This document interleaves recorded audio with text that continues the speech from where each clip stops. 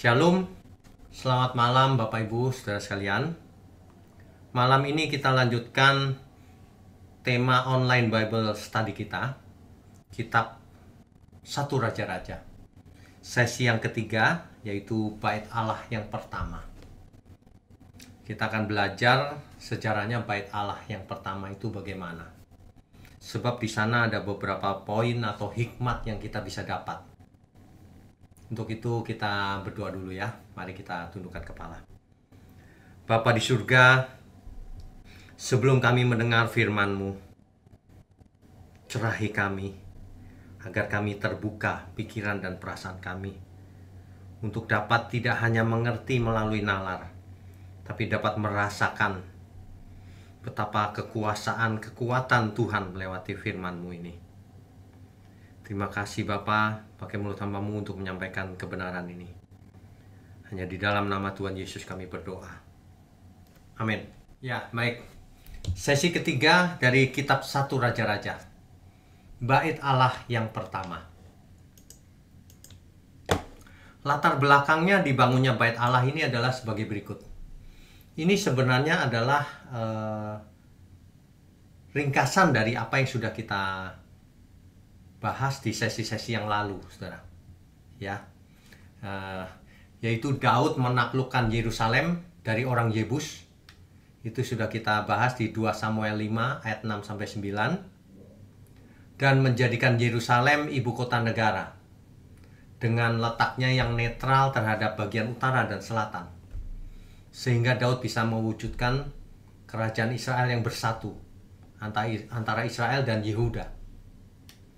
Kemudian Yerusalem menjadi pusat ibadah, yaitu Daud membawa tabut perjanjian masuk ke Yerusalem yang tadinya sempat direbut oleh orang Filistin. Itu 2 Samuel 6 ayat 1-17 ya. Meskipun Daud berkeinginan untuk membangun rumah bagi Tuhan, artinya Bait Allah, tetapi ia tidak diperkenankan Tuhan karena tangannya penuh pertumpahan darah. Bapak Ibu Saudara bisa baca di 1 Raja-Raja 5 ayat 3, 1 Tawarik 22 ayat 7, ayat 8, dan 1 Tawarik pasal 28 ayatnya yang ketiga. Tetapi anaknya yang akan membangunnya. Yang dimaksud anaknya ini ternyata Salomo. Kita tahu di kemudian hari. Ya.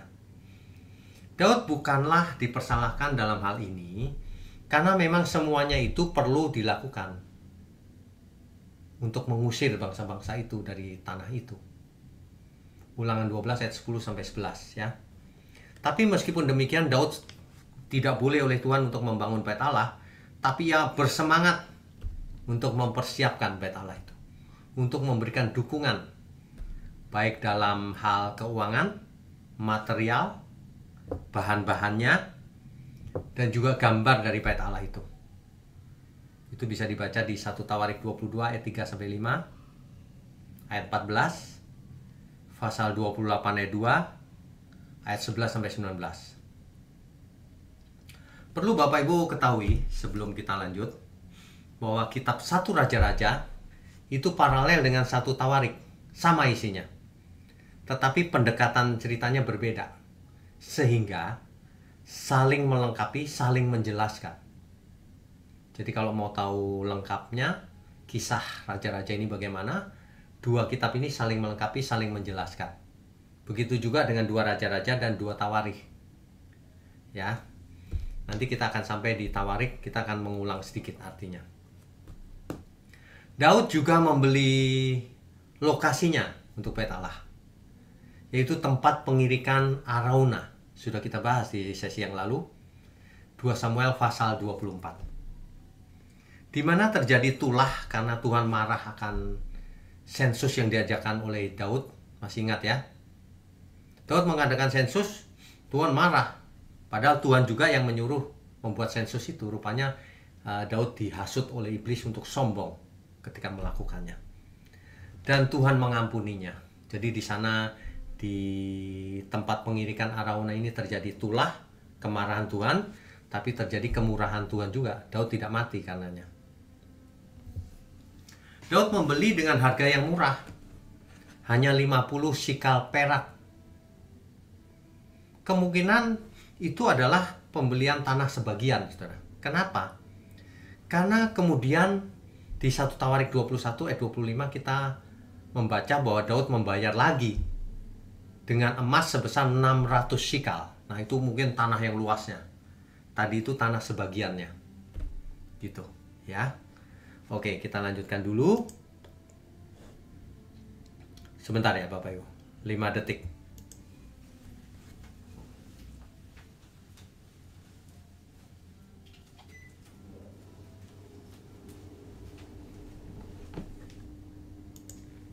Ya, kita lanjutkan dulu. Ya. Di sesi yang lalu kita sudah membahas bahwa daerah kekuasaan Salomo itu sangat luas. Sangat luas, saudara. Saudara lihat di peta ini. Ya. Dikatakan dalam 1 Raja-Raja pasal 4 ayat 21 dan 24 di situ. Maka Salomo berkuasa atas segala kerajaan mulai dari sungai Efrat. Nah, sungai Efrat, saudara. Saya tunjukkan ya di mana ya.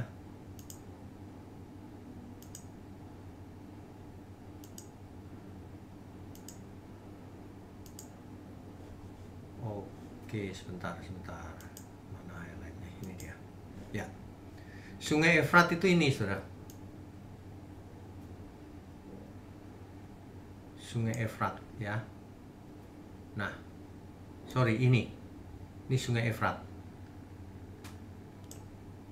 Mulai dari Sungai Efrat sampai negeri orang Filistin. Negeri orang Filistin di mana? Kan di sini, sekitar sini. Bahkan sampai ke tapal batas Mesir ini. Hampir ke Mesir nih, saudara. Ini kan Mesir nih, di sini. Nah, jadi daerah kekuasaan Salomo ini sangat luas sekali. Paling luas di antara raja-raja Israel. Saul kan masih kecil, Daud lebih besar, tapi Salomo paling besar kekuasaannya. Di ayat 24 dikatakan, sebab ia berkuasa atas seluruh tanah di sebelah sini Sungai Efrat. Nah, ini Sungai Efrat yang di utara tadi. Saya ganti warnanya ya. Ya. Ini Sungai Efrat. Ya. Mulai dari Tifsah. Ini Tifsah sampai ke Gaza. Ini Gaza, saudara. Dan atas semua raja di sebelah sini Sungai Efrat. Ya. Seluruh negeri ini. Jadi daerah kekuasaan Raja Salomo sangat luas. Dan herannya, di zamannya Salomo ini hampir tidak ada perang. Semuanya damai. Jadi Salomo sudah menaklukkan semua musuhnya dan perjanjian damai. Mereka membayar upeti kepada Salomo. Nah, ini situasinya nih. Kalau pada zamannya Raja Daud, perang dulu. Sehingga Daud tidak sempat membuat bait Allah, membangun. Gak bisa, perang terus. Nah, Salomo keadaan mulai aman. Yang berkuasa adalah Salomo. Sehingga ada kesempatan untuk membuat rumah bagi Tuhan. Oke, kita lanjutkan dulu. Ya. Jadi persiapan mendirikan bait Allah bisa dibaca di 1 Raja-Raja pasal 5 ayat 1 sampai 18. Di situ kalau kita baca, Salomo mengutus orang kepada Hiram. Hiram itu rupanya Raja Tirus, saudara. Ini letak Tirus di sini nih. Ini kota Tirus. Raja Tirus yang namanya Hiram itu rupanya bersahabat dengan Salomo. Sebelumnya bersahabat dengan ayahnya Salomo, yaitu Daud. Nah, Salomo mengutus orang ke Raja Tirus ini, memberitahukan bahwa ia akan membangun bait Allah, rumah bagi Tuhan. Sebab sekarang keadaan telah aman. Tidak seperti zaman Daud yang penuh peperangan. Saudara bisa baca di ayat 1-5 itu. Pasal 5 ya. Nah, Hiram Raja Tirus setuju untuk mendukung Salomo dalam pembangunan itu, yaitu dengan menebang pohon-pohon aras dari Gunung Libanon dan kayu Sanobar. Ini adalah pegunungan Libanon, ya. Salomo tahu benar bahwa ia harus minta tolong dari Yerusalem. Ia minta tolong ke Raja Tirus. Kenapa? Karena Raja Tirus mempunyai tenaga kerja yang ahli menebang hutan Libanon ini. Kan jaraknya dekat nih, jadi sudah biasa menebang mereka. Orang-orang Sidon juga. Jadi Salomo minta bantuan untuk menebangkan kayu-kayu aras itu yang akan dipakai untuk membangun Bait Allah. Sebagai gantinya Salomo memberi Hiram 20.000 kor gandum, bahan makanan bagi seisi istananya, dan 20 kor minyak tumbuk dari tahun ke tahun selama bantuan itu dilakukan. Jadi Salomo dan Hiram ini berdamai, saudara, punya perjanjian damai. Ya, oke, kita lanjutkan dulu. Kalau kita lihat petanya nih, saudara, di sebelah kiri, di bawah ini kan Laut Mati, ya. Di sini Yerusalem. Ini Yerusalem. Gunung Moria ada di situ. Ya. Kemudian sebentar, saya ganti warnanya dulu, ya. Ini, saudara.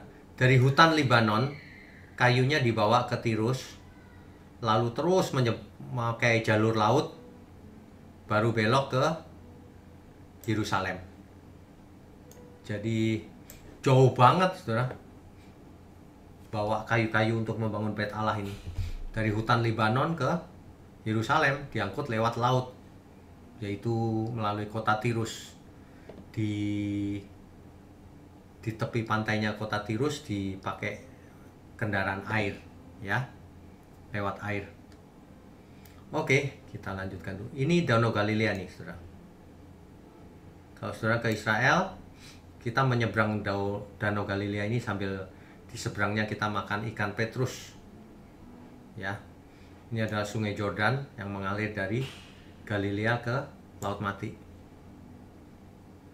Oke, kita lanjutkan dulu. Ya.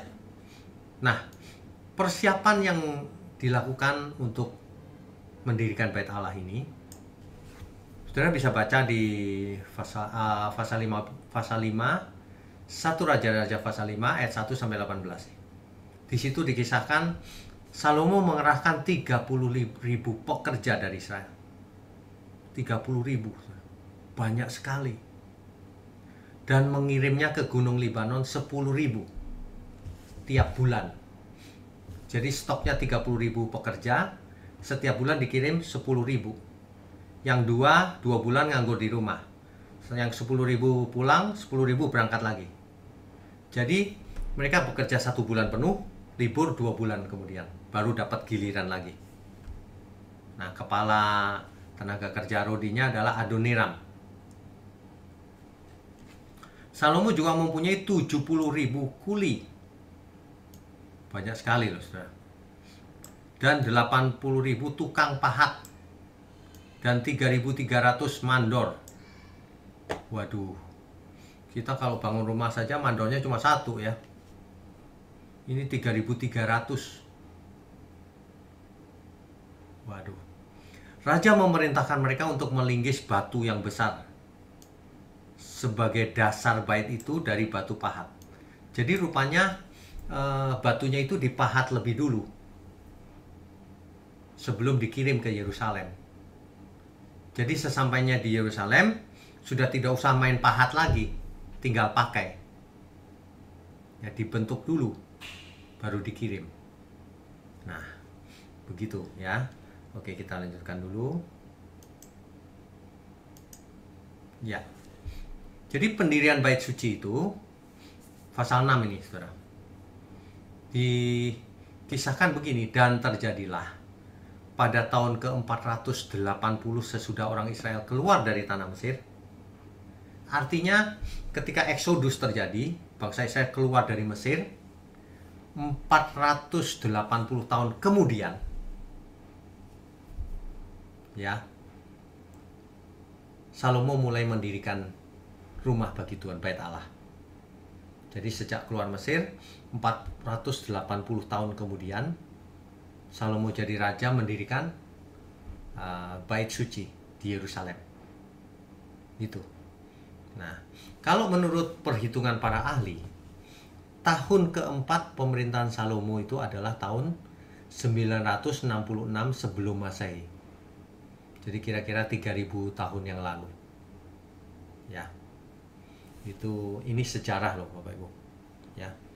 Di dalamnya bait suci ada ini yang paling penting.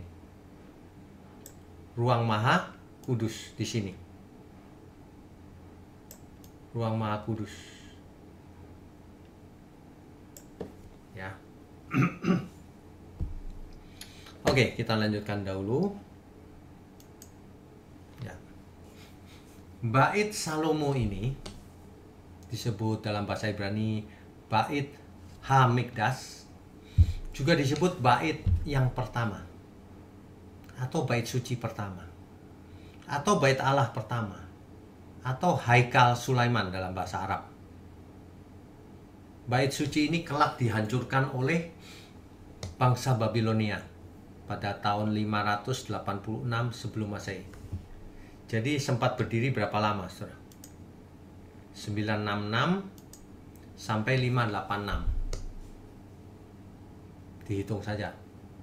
966 itu 666, hampir 700 tahun kemudian dihancurkan bait suci yang pertama ini. Tetapi kemudian rekonstruksi yang kedua terjadi tahun 516 sampai 70 Masehi. Itulah periode bait suci kedua. Di tahun 70 Masehi ini terjadi Yerusalem dihancurkan, termasuk bait sucinya, dan sampai hari ini belum pernah dibangun lagi. Yang tersisa hari ini adalah tembok barat, yang sebagian orang menyebutnya tembok ratapan, tembok barat. Ya, oke, kita lanjutkan dulu. Kalau saudara ingin mendapat gambaran dari bait suci yang pertama ini, panjangnya sekitar 27 meter. 27 meter. Tidak terlalu panjang. Lebarnya sekitar 9 meter. Tingginya sekitar 13,5 meter. Jadi seperti rumah besar aja, tidak terlalu besar sekali. Tapi ini bait suci yang pertama. Ya.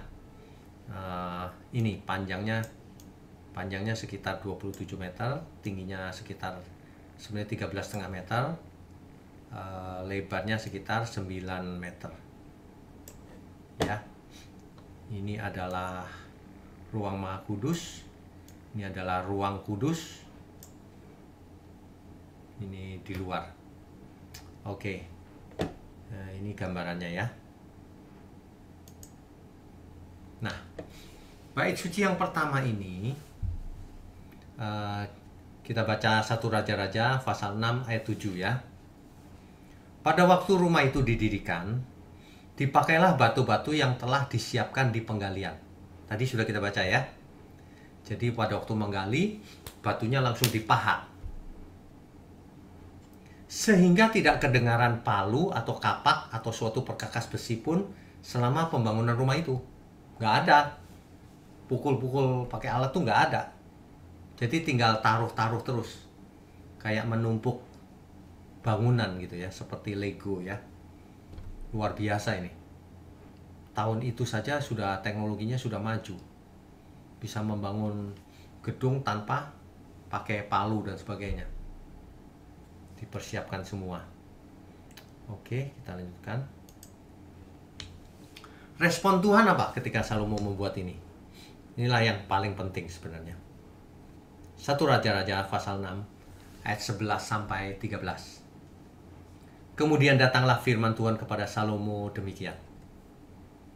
Mengenai rumah yang sedang kau dirikan ini, ya, jika engkau hidup menurut segala ketetapanku dan melakukan segala peraturanku dan tetap mengikuti segala perintahku dan tidak menyimpang daripadanya, maka aku akan menepati janjiku kepadamu yang telah kufirmankan kepada Daud ayahmu. Apa itu?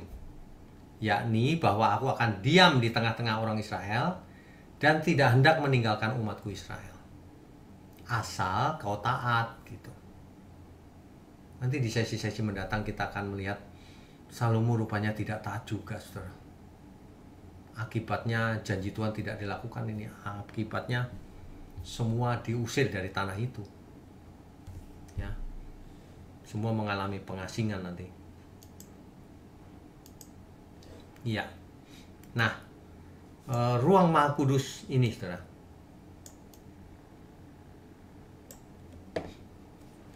Ayat 19, demikianlah dilengkapinya ruang belakang di dalam rumah itu. Ruang belakang itu ruang Maha Kudus itu. Di sebelah dalam sekali, supaya di sana ditaruh tabut perjanjian Tuhan. Bapak Ibu kalau masih ingat ya, tabut perjanjian selalu diletakkan di ruang Maha Kudus. Sejak di Sinai, ketika Musa diperintahkan untuk membuat tabernakel. Nah, tabernakel adalah miniatur dari Bait Allah. Sama, ada ruang kudus, ada ruang Maha Kudus. Tabut perjanjian ada di ruang Maha Kudus. Ruang belakang itu, ruang Maha Kudus maksudnya, 20 hasta panjangnya dan 20 hasta lebarnya dan 20 hasta tingginya. Jadi ruang Maha Kudus itu bentuknya kubus yang sisi-sisinya sama, panjang lebar tingginya sama, ruang Maha Kudus. Ya. Oke, kita lanjutkan. Ya, akhirnya pasal 6 ditutup dengan ayat yang berbunyi demikian. Dalam tahun yang keempat, dalam bulan Ziv, diletakkanlah dasar rumah Tuhan. Salomo ini. Kapan itu? Tahun 966 sebelum Masehi. Ayat 38. Dan dalam tahun yang ke-11, dalam bulan Bul, yaitu bulan ke-8, selesailah rumah itu dengan segala bagian-bagiannya dan sesuai dengan segala rancangannya. Jadi 7 tahun lamanya ia mendirikan rumah itu. Tahun berapa itu selesainya? 959 sebelum Masehi. Jadi waktu membangun Bait Allah itu waktunya 7 tahun, saudara. Oke, kita lanjutkan. Ya. Lalu Salomo membangun istananya sendiri. Salomo pasal 7 ya. Salomo mendirikan istananya sampai 13 tahun lamanya, barulah selesai seluruh istananya itu. Saudara, Salomo membangun istananya 13 tahun. Tapi membangun bait suci 7 tahun. Ya. 13 sama 7. Di sini terlihat Salomo lebih mengutamakan istananya. Ayat 2. Ia mendirikan gedung hutan Libanon 100 hasta panjangnya dan 50 hasta lebarnya dan 30 hasta tingginya.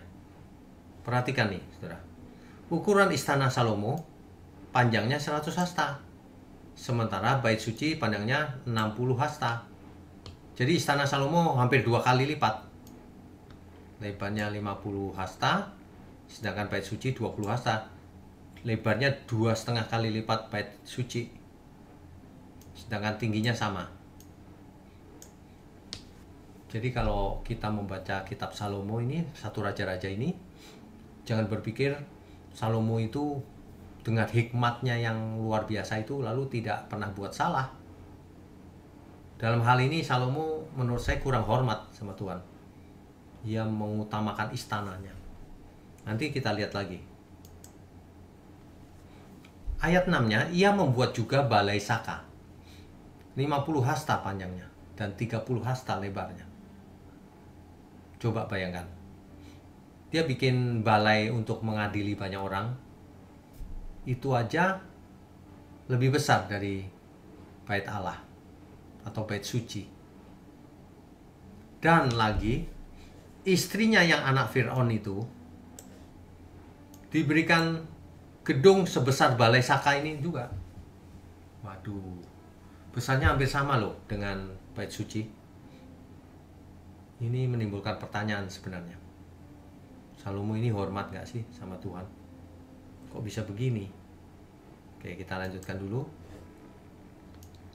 Kemudian, bait suci diisi dengan benda-benda logam. Seperti biasa, Salomo dibantu oleh Hiram, Raja Tirus, menyelesaikan seluruh benda-benda logam yang diperlukan. Bapak Ibu Saudara bisa baca sendiri di 1 Raja-Raja pasal 7 ayat 13-51 untuk lebih tahu detailnya. Ya. Nah, ayat 51-nya demikian. Maka genaplah segala pekerjaan yang dilakukan Salomo di rumah Tuhan itu. Kemudian Salomo memasukkan barang-barang kudus Daud, ayahnya, dan menaruh perak, emas, dan barang-barang itu dalam perbendaharaan rumah Tuhan.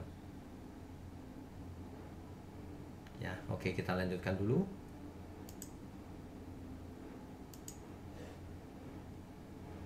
Ya. Kemudian tabut perjanjian dibawa masuk diletakkan di dalam bait Allah, tepatnya di ruang Maha Kudus.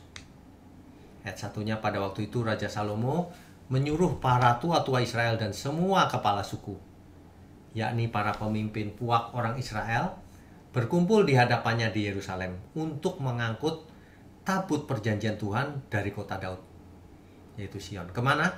Masuk ke bait Allah, ya, bait suci. Kemudian imam-imam membawa tabut perjanjian Tuhan itu ke tempatnya di ruang belakang rumah itu, di ruang belakang, di ruang Maha Kudus, ya, di tempat Maha Kudus, tepat di bawah sayap kerub-kerub.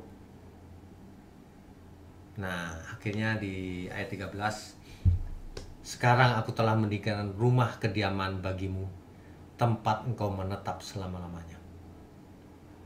Saudara, kalau kita katakan Allah atau Tuhan Maha Besar, kenapa ia mau bersemayam di rumah yang kecil? Nah, ini yang mesti kita mengerti dengan baik. Jangan semuanya dibaca letterlux, harafiah. Sebab kalau Tuhan hanya menempati tempat kecil kubus di bumi, kecil sekali Tuhan. Ya, nanti kita akan bahas hal itu. Kita teruskan dulu.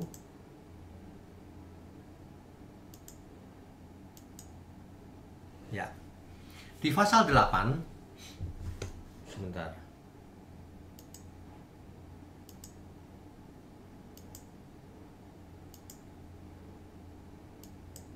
Oke, di pasal 8 ditulis dalam 1 Raja-Raja, Salomo mendedikasikan bait suci ini bagi Tuhan. Lalu ia memanjatkan doa yang panjang. Silakan dibaca sendiri. Dan juga dua doa berkat bagi Israel, yaitu di pasal 8 ayat 14 sampai 21 dan ayat 54 sampai 61. Nanti dibaca saja, ya.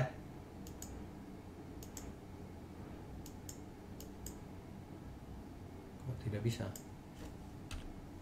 Enggak. Kemudian Tuhan menampakkan diri kepada Salomo yang kedua kalinya. Itu 1 Raja-Raja pasal 9 ayat 1 sampai 9. Saya bacakan, ya.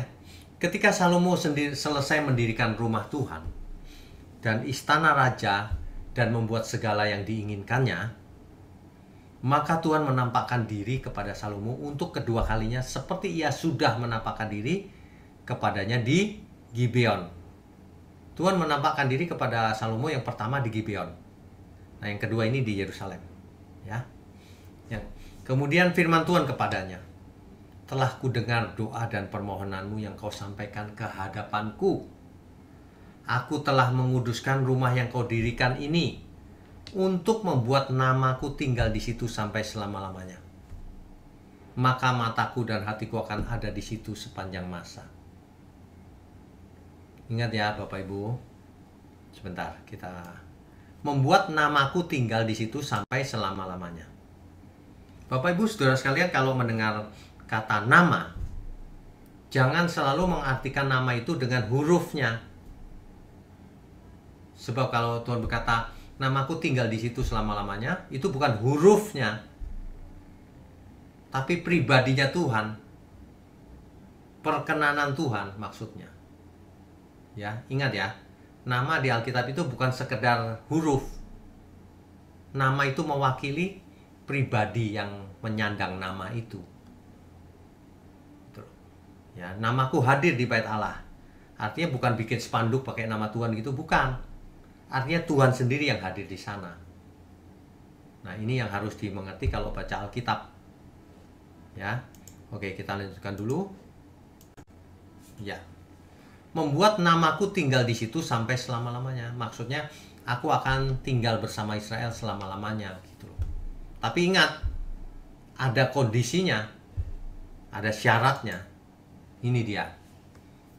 Mengenai engkau, jika engkau hidup di hadapanku sama seperti Daud ayahmu, dengan tulus hati dan dengan benar, dan berbuat sesuai dengan segala yang kuperintahkan kepadamu, dan jika engkau tetap mengikuti segala ketetapan dan peraturanku, maka aku akan meneguhkan tahta kerajaanmu atas Israel untuk selama-lamanya, seperti yang telah kujanjikan kepada Daud ayahmu, dengan berkata, keturunanmu takkan terputus dari tahta kerajaan Israel.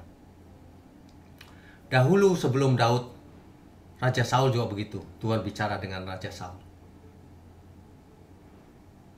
Tahta kerajaan tidak akan putus dari keturunan.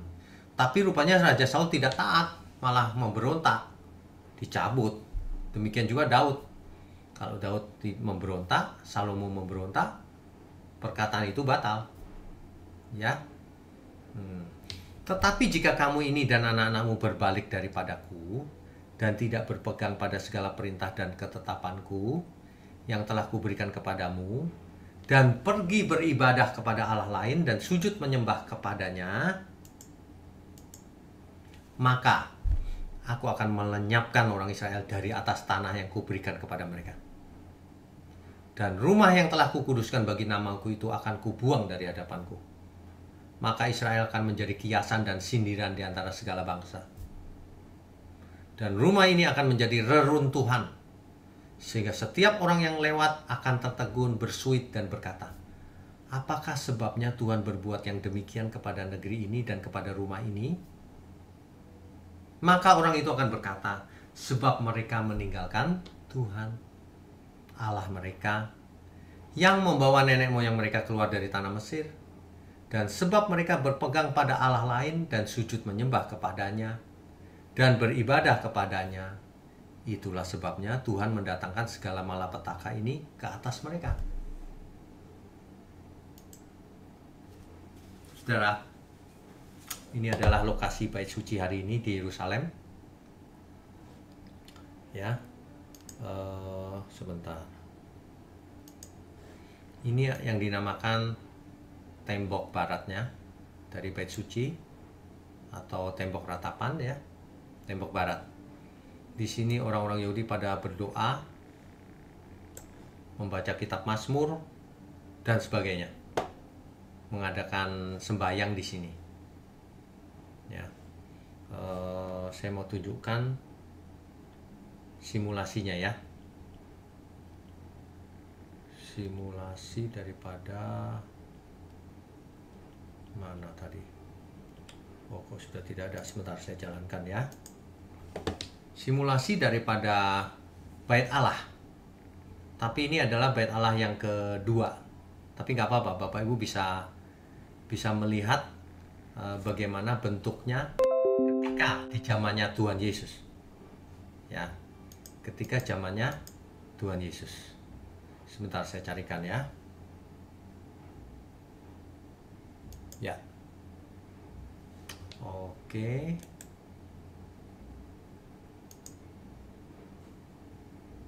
Ya, saya share dulu ya screen-nya ya.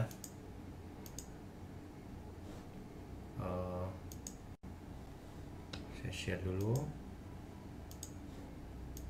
Ya, ini saudara. Jadi ini adalah bait Allah yang kedua. di zamannya Tuhan Yesus. Ya, ini bentuknya seperti ini. Jadi di tahun 20 Masehi, 20 sebelum Masehi, Raja Herodes kan yang pertama hancur tuh, kemudian dibangun lagi. Nah, di tahun 20 sebelum Masehi, Raja Herodes membangun kembali. Ya. Dan itu memerlukan waktu 80 tahun untuk menyelesaikan Bait Allah yang kedua ini. Lama sekali, Saudara. Baru selesai. Enggak selesai-selesai. Tapi yang bait kedua ini sangat megah dan sangat besar. Ya. Jadi panjangnya 446 meter. Bayangkan, 446 meter. Lebarnya 296 meter. Tingginya tidak disebut. Nah, inilah yang dihancurkan oleh seorang jenderal Roma yang kemudian menjadi kaisar, yaitu Titus. Selama pemberontakan di Yerusalem tahun 66 sampai 70 Masehi. Tahun 70 Masehi hancur semuanya. Tinggal tembok barat sampai hari ini. Dan orang Israel terpecah belah, lari. Diaspora namanya. Ya. Ini adalah ilustrasi model Bait Allah yang kedua dulu, sudah besar dibanding yang pertama. Dan ini adalah kondisi hari ini. Perhatikan. Kalau kita ke Israel sekarang, ini bentuknya. Jadi di lokasi yang sama, disitulah berdiri Bait Allah yang kedua. Hari ini kita lihat sudah tidak ada Bait Allahnya. Karena sesuai dengan firman Tuhan, rajanya tidak taat, menyembah Allah lain, dihancurkan tempat itu menjadi puing-puing reruntuhan. Nah, ini adalah gambar hari ini. Sebelumnya begini, sekarang begini. Ya. Begitu, Saudara. Oke, sebentar. Kita bisa. Oke, kita lanjutkan dengan berikutnya ya.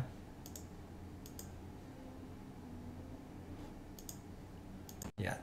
Ya, ini dia lokasi Yerusalem hari ini. Rabu depan kita akan masuk ke sesi keempat kitab 1 Raja-Raja, yaitu Salomo dan Ratu Sheba. Salomo ini sangat terkenal, Saudara. Kekuasaannya luas. Ya. Salomo itu kekuasaannya sangat luas. Damai, jarang perang, tidak ada perang. Ganteng. Tapi istrinya banyak, 700. Gundiknya 300. Sampai-sampai ratu dari selatan, Ratu Sheba, ingin melihat sendiri Salomo. Nah, di balik itu ada cerita yang menarik, tapi itu sesi berikutnya ya, Rabu depan ya. Untuk malam ini kita ambil hikmatnya saja. Jadi apapun yang kita perbuat, kelihatannya membela Tuhan, menyediakan rumah bagi Tuhan. Apakah itu otomatis lalu Tuhan berkenan? Tidak ternyata. Perhatikan responnya Tuhan. Ketika Salomo membangun itu, apakah Tuhan langsung inilah anak yang kukasih, kepadanya aku berkenan? Enggak begitu. Tuhan biasa-biasa saja. Tuhan hanya berkata begini, jika kamu taat kepada perintahku, melakukan segala ketetapan dan peraturanku, maka aku akan menyertai selamanya. Tetap kondisinya itu. Jadi jangan sampai salah mengerti, Bait Allah. Lalu Allah tinggal di sana, tapi tidak tinggal di tempat lain. Nggak bisa, Allah itu omnipresent, maha hadir. Itu adalah simbol atau lambang bahwa Allah menyertai Israel. Simbol. Tetapi di zamannya Tuhan Yesus, ya, malah diizinkan hancur. Kenapa? Sebab kalau itu tidak diizinkan hancur, maka kita tidak kebagian. Yang ketemu ruang Maha Kudus kan cuma imam besar. Dan semua itu kan hanya untuk Israel. Orang di luar Israel mana boleh masuk ke Bait Allah. Makanya dengan matinya Tuhan Yesus di kayu salib, ruang Maha Kudus terbelah, lalu kemudian hari Bait Allah hancur, maka sekarang tidak ada halangan bagi semua orang untuk datang kepada Tuhan langsung, baik Israel maupun non-Israel, seluruh umat. Nah, itu justru yang benar. Jadi kalau hari ini orang ribut, nanti akan dibangun Bait Allah ketiga, itu pasti tidak benar. Seandainya benar dibangun, bukan dalam rangka kekristenan, dalam rangka kepentingan mereka. Sebab kita tidak akan kembali lagi mempersembahkan korban bakaran, melakukan Taurat lagi. Tidak. Itulah sebabnya di Perjanjian Baru dikatakan tubuhmu Bait Allah. Tubuh kita Bait Allah. Jadi kita tidak usah ke Yerusalem. Kita ada dimanapun, tubuh kita Bait Allah. Artinya kalau kita ibadah, pusatnya bukan Yerusalem lagi. Kalau dahulu pusat ibadah adalah Yerusalem, bagi orang Samaria adalah Gunung Gerizim. Tuhan berdialog dengan perempuan Samaria. Tuhan berkata, saatnya akan tiba dan sudah tiba bahwa orang tidak menyembah di Yerusalem atau di gunung ini, Gunung Gerizim, tapi menyembah dalam roh dan kebenaran. Sebab Allah itu roh, yang menghendaki penyembah-penyembah yang demikian, yaitu Bait Allahnya tubuh kita. Maka dari itu persembahkanlah tubuhmu yang hidup. Yang hidupnya bagaimana? Yang kudus, tak bercacat, tak bercela, yang berkenan bagi Tuhan. Itu. Jadi penyembahan yang sebenarnya, penyembah-penyembah benar, menyembah Allah dalam roh dan kebenaran, yaitu dengan mempersembahkan seluruh hidup kita yang hidupnya kudus, tak bercacat, tak bercela, yang menyenangkan Tuhan. Jadi jangan terpaku pada Bait Allah yang secara fisik, karena nanti kalau di sesi-sesi mendatang kita telusuri, akhirnya hancur malah. Dan bangsa Israel dibuang, saudara, ke pembuangan. Itu sesi yang ke depan. Jadi kita perlahan-lahan tapi menguasai secara detail ya. Pastikan saudara membuat ringkasan sedikit. Kalau lupa ya diulang lagi aja, karena ada di YouTube ini. Begitu ya. Oke, kita lanjutkan dengan diskusi dan tanya jawab. Kohus silakan. Ya, terima kasih Pak Winyo atas kebenarannya pada malam hari ini. Bagi Bapak Ibu yang ingin bertanya, silakan raise hand. Dan jika memungkinkan silakan nyalakan videonya. Penanya pertama Bapak Asael Santoso, silakan Pak. Silakan Pak Asael. Selamat malam Pak Winyo. Selamat malam. Izin bertanya Pak. Ya. Yang pertama saya hendak memastikan dulu, itu Salomo membuat bait Allah itu atas keinginannya atau ambisinya dia sendiri atau perintah Allah? Oke, itu langsung dijawab dulu ya. Itu adalah perintah Allah. Jadi ketika Daud mengajukan diri ingin membangun Bait Allah, Nabi Nathan mulanya setuju, tapi ketika Nabi Nathan tanya Tuhan, tidak, yang membangun adalah anaknya, Salomo. Gitu. Jadi jelas itu perintah Tuhan akhirnya. Maksud Tuhan memerintahkan Salomo membuat bait Allah itu kira-kira apa ya Pak? Kan hukum Taurat diturunkan di Sinai itu. Ya. Nah, disuruh membuat tabernakel kan sebagai lambang kehadiran Tuhan. Nah, tabernakel kan pindah-pindah, portable. Nah, setelah sampai di Yerusalem jadi permanen. Bukan portable lagi, jadi bukan tabernakel, bangun yang benar sekarang. Bangunannya permanen untuk menggantikan tabernakel. Jadi masih bagian dari Taurat, Pak. Oke. Supaya korban bakaran bisa diadakan di sana, percikan darah di ruang Maha Kudus oleh imam besar, itu masih bagian dari Taurat. Oke Pak, berarti saya masuk ke pertanyaan kedua Pak. Ya. Tadi Pak Wikyo menjelaskan bahwa Elohim Yahweh menemui Salomo 2 kali kan? Ya. Nah, itu menemuinya berarti tidak di dalam ruang Maha Kudus ya Pak? Tidak. Nah, padahal kan di bait suci itu sudah direncanakan bahwa pertemuan imam besar atau siapapun yang mau menemui Elohim Yahweh harus masuk ke ruang Maha Kudus, Pak. Oke, begini. Yang pertama, waktu Tuhan menemui Salomo di Gibeon tuh, Pak. Pada waktu apa? Pada waktu Salomo mempersembahkan korban. Jadi selalu pada waktu mempersembahkan korban. Jadi kemungkinan yang kedua ini bisa saja di ruang Maha Kudus, bisa saja di dekat situ. Mungkin saja, kita tidak ditulis di Alkitab tapi gitu. Oh, oke Pak. Ya. Makasih Pak Wisnu. Oke, memberkati.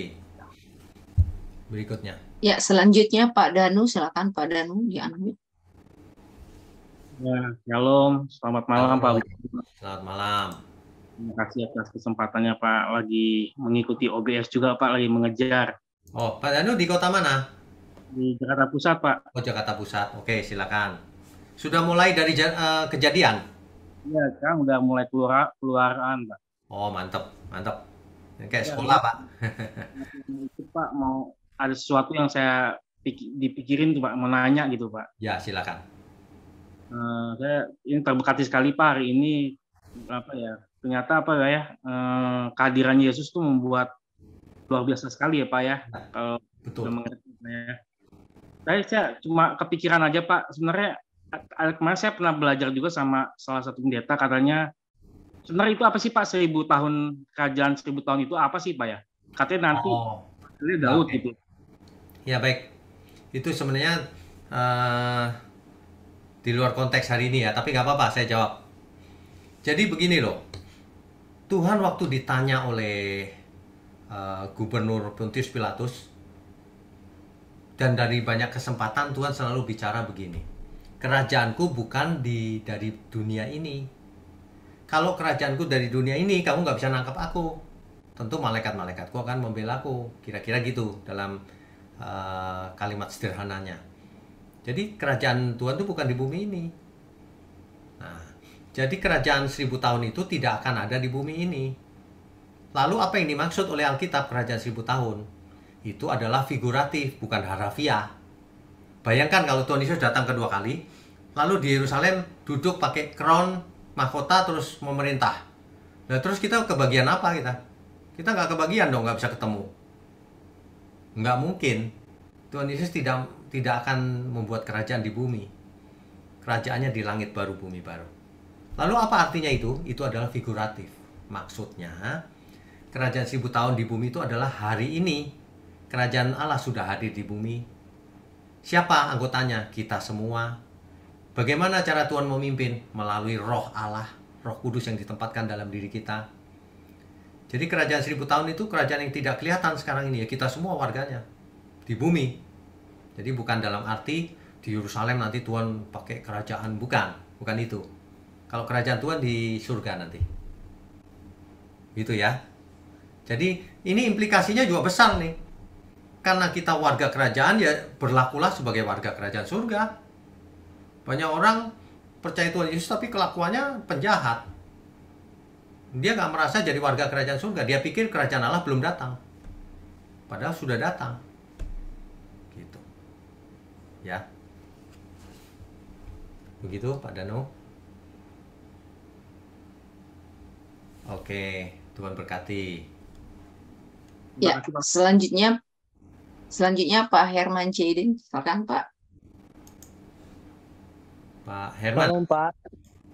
Ya, selamat malam. Pak, ini saya Herman yang kemarin telepon siang Pak, yang Bapak telepon yang anak saya baru meninggal. Oh iya Pak Herman. Tadi kan saya habis dari kuburan ya Pak, 100 hari kan sama papa saya sama keluarga. Ya. Papa saya pas di mobil pas pulang dia ngomong, aku kasihan sama ke papa saya kan baru mau kenal Tuhan ya. Ya. Dia cuma bilang, maaf Pak, beda dari kontes ini ya yang hari ini. Dia cuma tanya saya, dia bilang kasihan anak kamu ya. Papa perhatiin. Saya juga perhatiin, cuma tadi saya nggak ngomong. Pas di mobil, papa saya ngomong, baru saya ngomong. Katanya sekelilingnya itu kan yang meninggal semua yang orang-orang tua Pak, dan 60, 70 gitu kan. Ya. Sedangkan anak saya kan baru 7 tahun. Nah, saya pernah dengar Bapak Khotbah katanya setiap manusia itu kan ada rencana Tuhan masing-masing. Ya. Sedangkan anak saya kok baru 7 tahun udah dipanggil. Sedangkan yang orang-orang maaf ya, yang bukan anak Tuhan, yang hidupnya nggak karu-karuan, kenapa kok bisa sampai lama gitu Pak? Ya. Itu doang Pak, makasih. Oke, baik. Jadi kualitas hidup seseorang di mata Tuhan tidak tergantung dari umurnya panjang atau pendek Pak. Tidak tergantung dari itu. ya. Jadi ada yang diizinkan lebih pendek dari yang lain. Bukan berarti kalau orang fasik yang tidak percaya tapi umurnya panjang itu diberkati, justru salah. Yang kita akan melihat nanti kesudahannya. Setelah mati ya ditolak Tuhan, mau kemana dia? Kan saya sudah cerita kalau roh orang fasik tidak ke Firdaus bersama Tuhan, tapi ke dunia orang mati, sengsara di sana, Pak. Percuma umur panjang 70, 80 tahun, 100 tahun, percuma akhirnya masuk ke alam maut. Percuma itu. Mendingan mati muda tapi bersama Tuhan. Enak. Jadi papanya Pak Herman ini kan belum mengerti ya. Bisa dikasih pengertian gini, Pak. Tubuh kita kalau mati tidak kepake lagi, Pak. Kan jadi debu lagi. Kembali ke tanah kan. Nah itu nggak penting. Mau di sekelilingnya orang tua atau bayi semua atau apa, nggak penting sama sekali. Sudah tidak ada di situ semuanya. Rohnya sudah bersama Tuhan, sudah enak. Nah kita tidak boleh khawatir lagi, udah enak. Ibarat anak kita titipkan di penitipan yang luar biasa, ya udah tenang, kita kerja aja. Seperti itu gambarannya. Jadi harus belajar terus supaya makin mantap. Nanti suatu hari kita ketemu lagi. Baik, Pak. Terima kasih Pak. Ya. Oke, Tuhan berkati. Amin. Ya, berikutnya. Ya, selanjutnya Pak Payaman Sinambela, silakan Pak. Pak Payaman, silakan. Shalom, selamat malam Pak. Shalom, selamat malam Pak. Maaf, minggu lalu nggak bisa, kebetulan ada keluarga tamu. Oh iya, ya Pak. Ini Pak, kalau kita lihat sekarang ini, kalau masjid dibangun ada simbol bulan bintang, Ya. gereja dibangun ada simbol salib. Saya membayangkan bagaimana megahnya bait Allah yang dibangun oleh Salomo. Kalau kita lihat secara visual dari luar, apakah ada suatu tanda yang spesifik sehingga ini dikatakan bait Allah agama Yahudi? Makasih Pak. Oke, baik. Jadi bait Allah tidak ada tanda spesifiknya Pak. Kalau bait Allah itu spesifiknya jelas, nggak pakai apa, nggak pakai lambang matahari, bulan atau apapun nggak ada. Tapi jelas strukturnya, ada ruang kudus, ada ruang maha kudus, dan adanya di Yerusalem, di lokasi yang saya tunjukkan itu bait Allah. Nggak ada bait Allah lain Pak. Yang tempat lain itu sinagoga namanya, atau kalau yang pindah-pindah itu tabernakel. Tapi kalau yang bait sucinya Salomo cuma satu, lokasinya yaitu yang saya tunjukkan itu. Nah, jadi apa cirinya? Cirinya lokasinya di situ, di Bukit Moria itu. Jadi ada ruang kudus, ada ruang maha kudus. Dan disitulah korban-korban bakaran dan seluruh peraturan Taurat itu dilakukan. Itu khasnya di situ. Begitu Pak. Ya, makasih Pak. Satu lagi Pak ya. Ya, silakan. Sekarang kalau agama Yahudi itu misalnya untuk mengadakan suatu ritual agama Yahudi, ini kan kita lihat kalau kita ke Israel kan semua di tembok ratapan semua, baik pun wisatawan maupun mereka. Nah, apakah mereka tidak ada suatu ibadah bersama ataupun ritual bersama begitu, atau memang masing-masing sesuka hati, sesuka waktu begitu? Mereka punya sinagoga Pak. Sinagoga itu kalau kita ya gedung gereja lah gitu. Mereka punya. Jadi mereka melakukan ritual juga di sinagoga, semacam kebaktian gitu. Tapi di hari-hari tertentu mereka lakukan di tembok barat itu. Sudah menjadi tradisi. Gitu Pak. Tapi di tembok barat tidak masalah kelihatan Pak ya? Nggak masalah, justru ngajar rame-rame kelihatan. Mereka bermazmur di sana dan sebagainya. Gitu. Tetapi tidak bisa mempersembahkan korban bakaran seperti dulu. Dan tidak bisa memberikan persepuluhan dalam bentuk ternak dan sebagainya seperti dulu. Bait Allahnya sudah tidak ada soalnya. Gitu.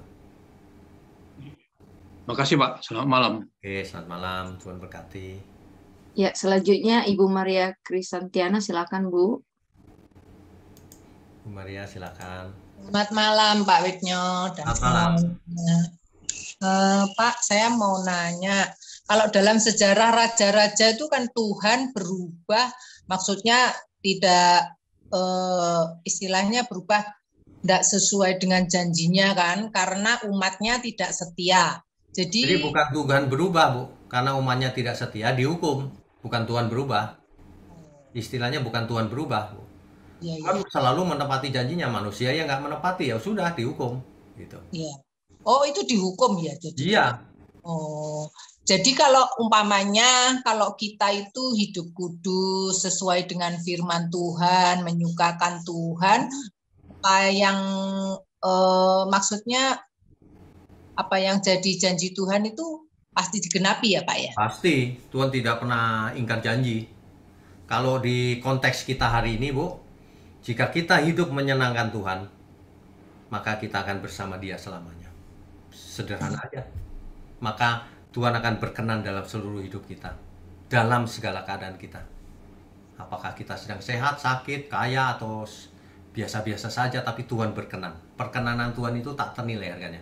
Nggak bisa dinilai dengan uang dan dengan apapun. Gitu, Bu. Ya, makasih itu aja. Oke, Tuhan berkati. Ya, selanjutnya Pak Kris Biantoro, silakan Pak, di unmute. Maaf, saya sampai lupa ngaktifkan video. Ini Pak Wiknyo itu. Ya, silakan. Selamat malam, Shalom Pak Wiknyo. Selamat malam, Shalom. Nah, saya kalau baca di ini Bait Allah yang dibangun Salomo ini, patokan ukurannya untuk ruang kudus, Maha Kudus itu lebar 20 hasta. Maksud saya gini, ada beberapa kemiripan dengan Bait Allah yang digambarkan di Yeskiel di zaman baru, Pak. Yang lebar 20 hastanya itu. Nah, kalau lihat yang di zaman Herodes itu kan besar sekali. Semaunya sendiri, desainnya sendiri, Pak. Ya memang puluhan tahun bangunnya, tapi itu kan dari konsep pemikiran manusia. Nah, ini sebetulnya kan cerminan sekarang banyak gereja yang pakai doktrinnya sendiri, mengembangkan pemahaman sendiri. Nah, salah satu yang saya mau tanya itu, Pak Wiknyo pernah nelaah soal bintang Daud enggak, Pak? Karena di Alkitab itu kan sebetulnya kan enggak ada itu. Ya. Terus adanya itu sebetulnya kan lambang bintang itu kan dewa Kamos dan Rifan kalau enggak salah. Itu yang orang-orang Filistin, sembahannya orang Filistin. Padahal kalau kita baca di kitab Samuel dan Raja-Raja itu kan sama sekali tidak dibahas mengenai bintang Daud, Pak. Ya. Tapi tahu-tahu maksudnya di zaman sekarang kan di bendera Israel dipakai, terus itu juga doktrin mengenai Zionis segala macam kan memang pakai lambang itu. Ya. Pernah ada penelaahan urutan historisnya enggak, Pak, mengenai ini pertanyaan pertama itu. Karena itu tadi ya lambang ada meleset-melesetnya dari contoh yang Bait Allah itu kan dikembangkan sendiri sama manusia lah. Ini bintang Daud yang kadang-kadang dipakai di gereja-gereja itu, Pak. Ya, jadi semua itu ada penjelasannya sebenarnya, Pak. Mungkin suatu hari bisa kita bahas ya. Jadi bukannya mengambil letterlocks dari dewa-dewa itu enggak juga, pasti bukan. Sama seperti kalau kita memanggil Elohim, Pak. Kalau ada orang yang tidak mengerti, oh Elohim itu kan dewa. Ya memang, tapi Elohimnya yang mana dulu? Elohimnya Abraham, Ishak, Yakub, nah itulah yang benar. Kalau Elohimnya Dagon, Baal itu ya itu salah. Sama, bintang Daud mungkin ambil adopsi dari mana atau memang original, tapi artinya pasti nggak ada soal dewa, Pak. Ya, cuma untuk saya sendiri kan makin lama makin baca Alkitab itu kalau nggak ada di Alkitab, kalau orang Surabaya ngomong nggak saya reken gitu loh, Pak. Maksudnya kayak gitu. Ya, karena itu lebih aman, Pak. Itu lebih aman daripada kan mana-mana. Nggak ada dasarnya, Pak. Itu kan nggak ada dasarnya. Katanya bintang Daud, tapi di riwayatnya Daud aja nggak pernah kalau disebut-sebut soal bintang yang dibuat itu, Pak. Ya. Nanti suatu hari kita bisa bahas. Ya, satu itu, Pak, yang saya sebetulnya nunggu dari dulu itu Pak Wiknyo kapan bahas soal bintang Daud. Terus yang kedua, di Perjanjian Baru ini kan bait Allahnya kan tubuh kita, Pak. Ya. sebetulnya kan akhirnya secara entah itu apa ya, perlambang itu figuratif atau apa, tapi cara kita dalam saat teduh, mencari Tuhan, merenungkan firman apa itu kan, kalau saya lihat sebetulnya step-stepnya, figuratifnya ada di strukturnya bait Allah atau tabernakel itu Pak, ada pelataran luar, ada bejana pembasuhan, ada apa korban bakaran, ada ruang kudus, maha kudus, sampai ke apa yang kotak, ada tutup pendamaian segala macam kan bahas juga itu. Pak, ya maksudnya bait Allahnya sekarang kan tuh ya kita, tapi dalam kita mencari Tuhan itu ternyata saya juga merasakan ada beberapa kemiripan strukturnya waktu kita mencari Tuhan, menemukan tuntunan Tuhan itu figuratifnya seperti konstruksi tabernakel atau bait kudus ini juga. Jadi ada perlambang yang Tuhan mau sampaikan ke kita, semacam apa ya, kalau dibilang SOP ya, Tuhan itu bukan SOP, tapi Tuhan tunjukkan ke kita, ini loh kamu mesti koreksi dulu, mesti introspeksi, mesti ada itu syedek itu kemurahan dan lain sebagainya itu bahkan di korban bakaran. Kalau menurut Pak Wiknyo betul enggak ada figuratifnya itu Pak? Kalau kita perhatikan dalam ibadah pribadi kita maksudnya. Ya. Kalau kita perhatikan itu ada paralelnya juga Pak memang. Iya Pak. Tubuh kita adalah bait Allah, artinya kita imam. Kalau mau diparalelkan kita imam tuh, imamat yang rajani. Artinya apa? Kita harus hidup kudus. Cuma hidup kudusnya beda. Kalau dulu mempersembahkan korban bakaran ini itu mengikuti perintah Taurat, sekarang hidup kudus versinya Tuhan Yesus. Hidup menyenangkan Dia. Soalnya waktu misalnya saat teduh terus kita sampai terima rema pencerahan dari Tuhan itu lama-lama itu kayak ternyata kayak menapaki dari pelataran luar sampai ke ruang maha kudus, rasanya ada kayak layer-layernya itu Pak. Pak Wiknyo pernah merasakan yang sama juga enggak? Bisa, memang begitu Pak. Kalau kita baca Alkitab ya, kebenaran yang di Perjanjian Lama itu memang bayangan dari yang akan terjadi. Memang bayangan. Jadi rupanya figuratifnya itu banyak yang paralel. Cuman bedanya kalau di Perjanjian Lama itu fisik, ritual, fisik. Di Perjanjian Baru mulai batiniah. Itu bedanya Pak. Betul. Sampai ke dua kerub yang ditutup pendamaian itu, waktu dia memandang ke bawah itu yang dipandang kan percikan darah anak domba itu Pak sebenarnya. Itu kan ada, ya maksudnya ini barangkali cuma perasaan saya aja yang terlalu tapi barangkali itu Pak ada figuratifnya. Menurut Pak Wiknyo ada ya? Bisa Pak. Semua itu kalau kita cocokkan, cocok juga Pak. Betul juga, nggak masalah.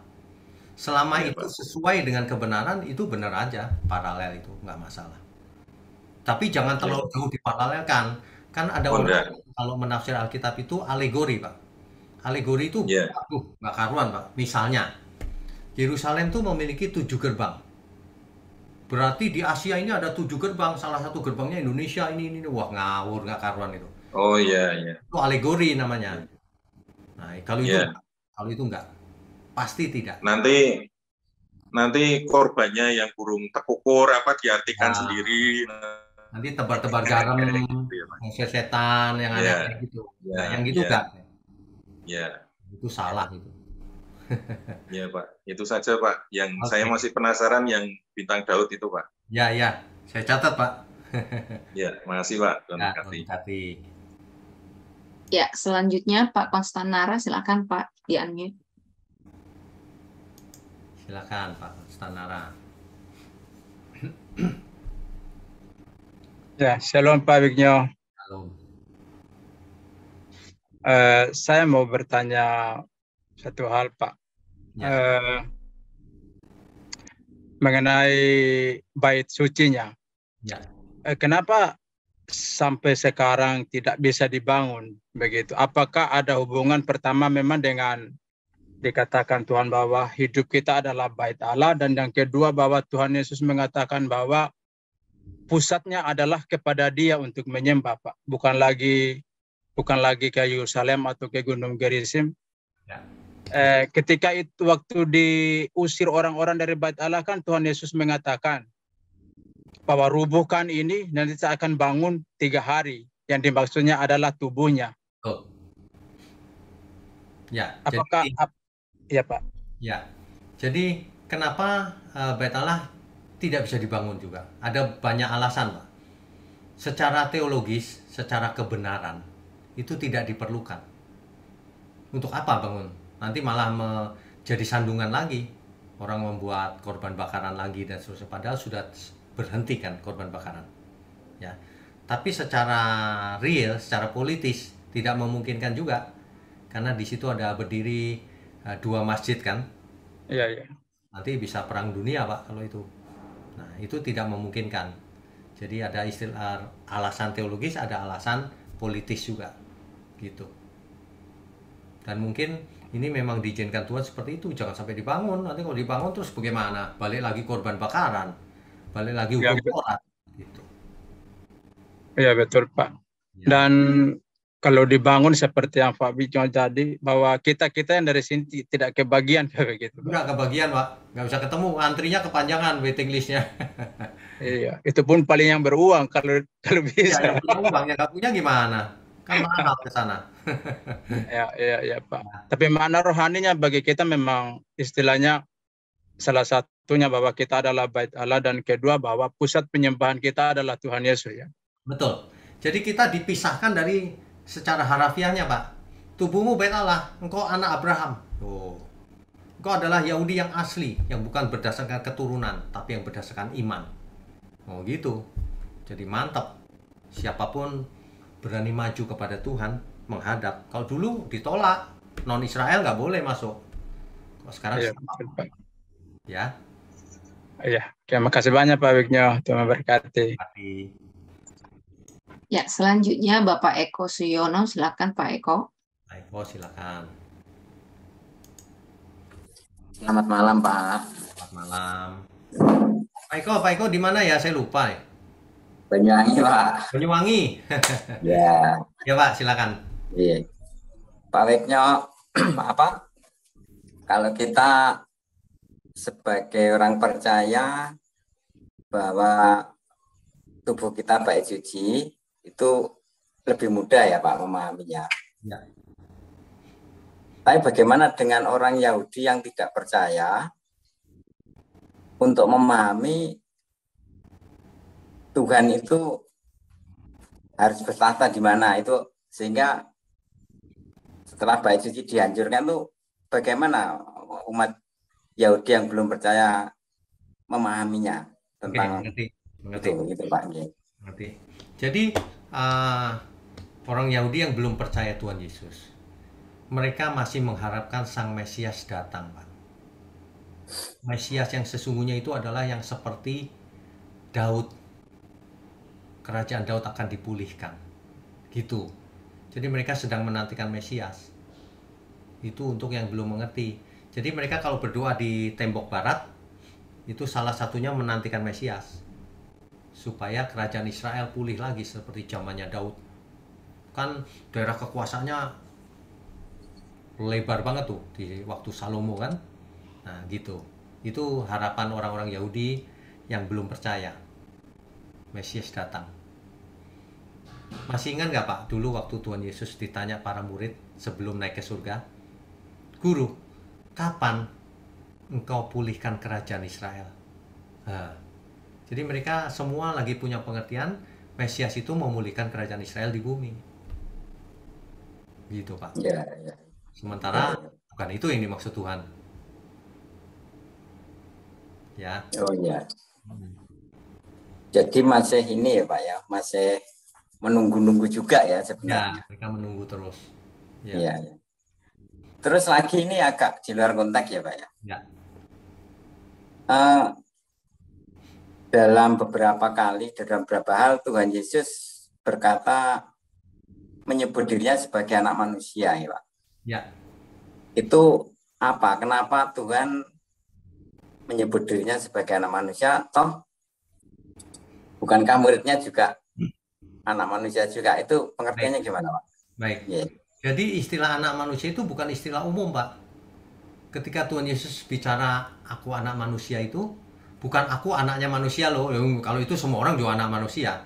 Ini anak manusia ini adalah sebutan yang sejak dari perjanjian lama yang dimaksud adalah Mesias. Kenapa? Karena Mesias itu seorang anak manusia. Oh. Jadi anak manusianya itu tanda kutip gitu loh. Bukan anaknya manusia seperti umum gitu, enggak, bukan. Ini sedang merujuk kepada Mesias. Sedang merujuk kepada suatu pribadi yang di perjanjian lama itu yang agung. Contohnya di kitab Mazmur. Raja Daud menulis firman Tuhan kepada tuanku. Tuanku itu Adonaiku itu sama. Ini siapa ini kok seorang raja memanggil tuan? Nah, inilah seorang anak manusia. Nah, seringkali di kitab Wahyu atau di kitab manapun apokaliptik dipakai kata itu. Ada yang menyerupai anak manusia. Itu Yesus. Gitu. Oh, jadi ini ada rentetannya dengan sebutan pada ya. Jadi bukan menjelaskan aku itu anaknya manusia, bukan. Kalau itu untuk apa, ya kan? Ini sebutan khusus. Ya. Iya. Baik. Terima kasih. Terima kasih, Pak. Ya, selanjutnya Pak Mulyono Sucitro, silakan Pak, di-unmute. Ya, silakan Pak Mulyono. Ya. Malam, Pak. Selamat malam. Saya cuma ada satu pertanyaan, Pak. Ya, silakan. Tadi kan disebutkan bahwa Bait Allah itu dibangun ukurannya lebih kecil dibandingkan dengan istana. Ya. Ini Bait Allah yang pertama ya, Pak? Ya, yang pertama tadi, yang di zamannya Salomo. Ya. Iya kan? Itu tadi Pak Wiknya ngambil kesimpulan bahwa kalau lebih kecil itu rasanya tanda kutip tidak menghormati Tuhan, kan gitu. Ya. Nah, apakah dari pandangan Tuhan itu seperti itu, Pak? Karena habis itu kan Tuhan kalau merasa gitu kan berarti ada sanksi dari Tuhan di zaman Salomo. Tapi ternyata nggak ada kan sanksinya. Kalau bangun lebih kecil itu terus nggak menghormati Tuhan, terus Tuhan ngasih sanksi kan kayak gitu. Ya, mungkin Salomo itu berpikiran bahwa kebutuhan ruangnya itu mungkin banyak di istananya, mungkin waktu pertimbangannya mungkin gitu, Pak. Oke, saya mau tanya. Nah, itu menurut saya mau tanya sebelum saya jawab ya. Saya mau tanya gini. Kalau soal istana, oke deh, masih masuk akal.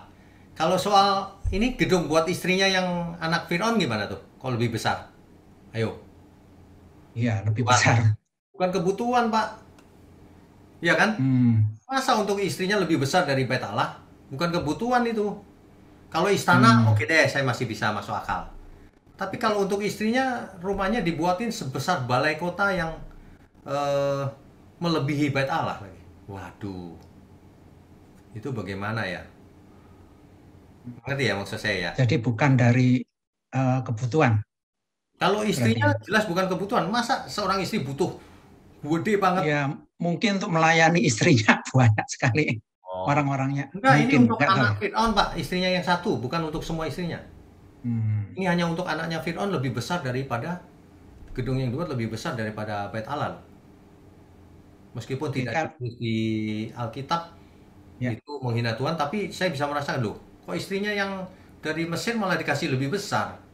Kalau istana masih masuk akal karena banyak orang pemerintahan. Tapi kalau istrinya, waduh, kok dia istimewakan gitu. Nanti Pak di sesi mendatang kita akan tahu. Kalau mau begitu. Oke. Kalau itu salah Pak, terus Tuhan kok nggak ngasih sanksi ya kepada Salomo? Pak, tunggu, ada waktunya kan tidak langsung.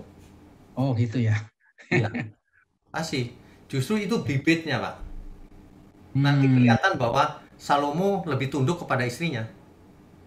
Salomo menyembah dewa-dewa yang milik istrinya, yang kafir. Itu kelihatan Pak nanti. Ya. Jadi Tuhan nggak menghukum pada waktu itu ya, nanti nanti ketika melakukan ya. Gitu. Ya. Oke, itu aja Pak. Ya, oke. Ya, makasih. Kita semua juga begitu Pak. Kita nggak langsung dihukum. Tapi kalau kita nggak bertobat, ya lama-lama hukuman datang. dikasih kesempatan gitu. Oke, Tuhan Oke, makasih. Ya, oke. Ya, selanjutnya Bapak Agustin, silakan Pak. Oke. Di unmute terlebih. Agus, silakan. Ya, kalau Pak Witnyo, apa kabar Pak? Baik. Sehat ya Pak? Saya tunggu Bapak khotbah hari Minggu kemarin ternyata enggak. Sebenarnya Oke, Pak. Sakit, Pak. Tapi nggak Ini apa-apa. Pak, puji Tuhan Pak, saya lama tidak kasih komen. Begini Pak Witnyo, ini saya minta saran Bapak karena saya dapat berkat dan mujizat Pak. Tanggal 14 November nanti saya pergi ke Yerusalem. Ada orang yang nyoport saya Pak. Oke. Nah, saran untuk saya Pak, karena saya baru pertama kali ke luar negeri, gimana Pak? Oh, nggak perlu apa-apa sih Pak, nggak perlu persiapan apa-apa. Dimanapun kita ada dalam pemeliharaan Tuhan. Yang penting kita lakukan bagian kita. Apa itu? Persiapkan surat-suratnya yang lengkap, bawa tunai secukupnya, kemudian taruh di pinggang Pak. Pakai tas pinggang yang untuk di dalam, jangan yang di luar. Kalau di luar dicolong orang repot nanti. Oh. Tas pinggang kan ada yang kecil yang plastik gitu Pak, untuk di luar, untuk di dalam. Khusus dokumen yang penting, paspor sama beberapa uang tunai sedikit taruh di dalam. Udah itu aja. Selain itu enjoy saja mengikuti acara. Ya, doakan saya ya Pak ya. Ya. Pak, saya mau, karena sudah lengkap, saya mau memuji Tuhan, boleh ya Pak? Boleh. Ya, karena Pak Witnyo luar biasa pada malam ini. Mungkin berbeda sedikit ya Pak warna. Saya mengangkat pujian ini sebagai ucapan syukur kita, Tuhan sudah menyertai kita. Sebenarnya saya sangat berbahagia Pak. Saya ketemu Pak Asahel itu, kalau nggak salah itu teman saya waktu saya vokal grup tuh Pak, Asahel Santoso. Saya bertemu di sini ya, kirim salam aja, mungkin dia mendengar siaran. Tadi dia bertanya sama Bapak yang pertama kali. Ya, Pak Asahel. Ya, saya akan angkat pujian ini ya. Oke, silakan. Terima kasih Tuhan untuk kasih setiamu yang ku alami dalam hidupku. Terima kasih Yesus untuk kebaikan-Mu sepanjang hidupku. Terima kasih Yesusku buat anugerah yang Kau beri. Sebab hari ini Tuhan adakan syukur bagimu. Terima kasih Yesusku buat anugerah yang Kau beri. Sebab hari ini Tuhan adakan syukur bagimu. Haleluya, puji Tuhan. Luar biasa. Rupanya Amin. Pak Agus nih suaranya bagus. Puji Tuhan Pak. Terima kasih persembahkan buat Tuhan Yesus Pak. Mantap. Amin. Mantap. Kita malam ini diberkati banyak nih. Lengkap berkatnya. Tidak terasa sudah selesai ya Bapak Ibu Saudara. Malam ini kita tundukkan kepala yuk. Mari kita berdoa.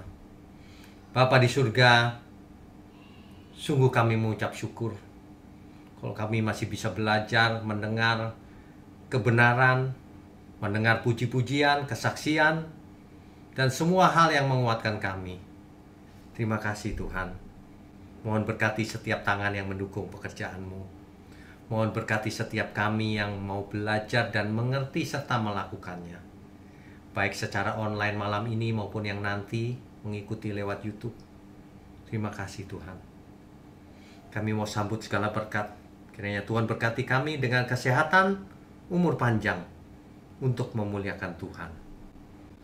Hanya di dalam nama Tuhan Yesus kami berdoa dan mengucap syukur. Haleluya. Amin.